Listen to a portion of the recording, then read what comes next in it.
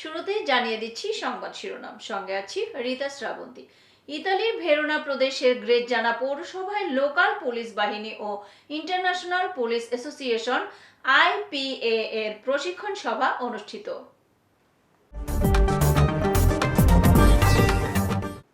মেহেরপুরে মহান মে দিবস উপলক্ষে সাবেক এমপি মাসুদ অরুণের নেতৃত্বে গণমিছিল ও সমাবেশ অনুষ্ঠিত।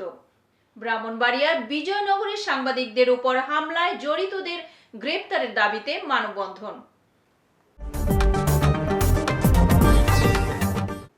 এবং ফ্রেঞ্চ বাংলা স্কুল ও মুক্তিযোদ্ধা সংহতি পরিষদের আয়োজনে নতুন বছরকে বরণ করে নিতে মঙ্গল শোভাযাত্রা।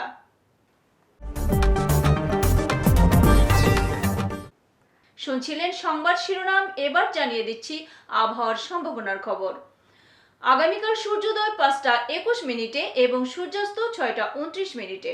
আজকে দেশের সর্বোচ্চ তাপমাত্রা 35.1 ডিগ্রি সেলসিয়াস এবং সর্বনিম্ন তাপমাত্রা 25.4 ডিগ্রি সেলসিয়াস থাকার সম্ভাবনা রয়েছে। আই1 টিভি, সময়ের সাথে আগামীর পথে। আই1 টিভি দেশ ও প্রবাসীর কথা বলে। ধন্যবাদ।